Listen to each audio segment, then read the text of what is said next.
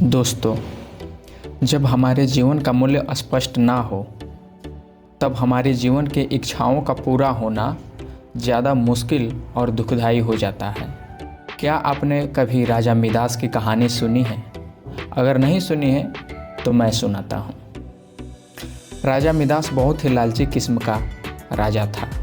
उसके पास सोने की कोई कमी नहीं थी, लेकिन जितना उसके पास सोना था उसकी चाहत और भी बढ़ती जाती कि मेरे पास और सोना होता। उसने सोने को अपने खजाने में जमा कर लिया था और हर रोज़ गिना करता था। एक दिन की बात है, जब वह सोना गिन रहा था तभी कहीं से एक अजनबी आया और बोला कि तुम मुझसे ऐसा कोई भी वरदान मांग सकते हो जो तुम्हारे जीवन में खुशी भर दे। मिदास यह बात सुनकर बहुत खुश हुआ और उसने कहा कि मैं चाहता हूँ कि मैं जिस भी चीज़ को छूऊं वह मेरे छूने से वह सोना बन जाए। अजनबी ने राजा से कहा, क्या तुम सचमुच यही चाहते हो? तो राजा ने कहा, हाँ। तो अजनबी बोला, कल सूरज की पहली किरण के साथ ही तुम्हें किसी चीज़ को छूकर सोना बना देने की ताकत मिल जाएगी। राजा को लगा कि वह कोई सपना देख रहा है, यह सच नहीं हो सकता।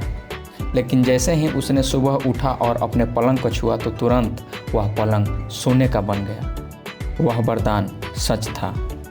तब राजा जिस चीज़ को भी छूता वह सोने का बन जाता। उसने अपनी बिटिया को यह अजूबा दिखाना चाहा और सोचा कि वह यह देखकर बहुत खुश होगी, लेकिन बगीचे में जाने से पहले उसने एक किताब पढ़ने की सोची। उसने जैसे ही उसे छुआ वह किताब को पढ़ ना सका। फिर वह नाश्ता करने बैठा। जैसे ही उसने फलों और पानी के गिलास को छुआ वे भी सोने के बन गए।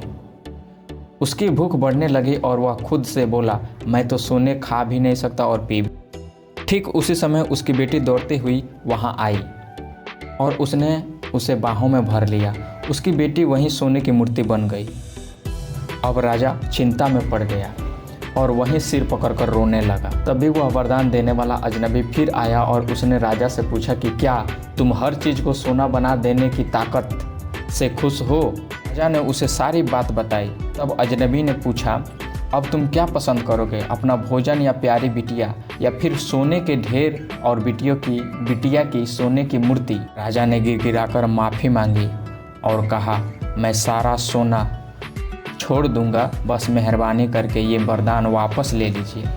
अजनबी ने राजा से कहा कि तुम पहले से बुद्धिमान हो गए हो, और उसने अपना वरदान वापस ले लिया। राजा को अपनी बेटी फिर से मिल गई और उसे एक ऐसी सीख मिली जिसे वह जिंदगी भर नहीं भूल सकता। इस कहानी से आपको क्या सीखने को मिला? नीचे कमेंट बॉक्स में कमेंट करके जरूर भेजिए। चलिए मिलते हैं एक और इंस्पायरिंग स्टोरी के साथ अगले वीडियो में।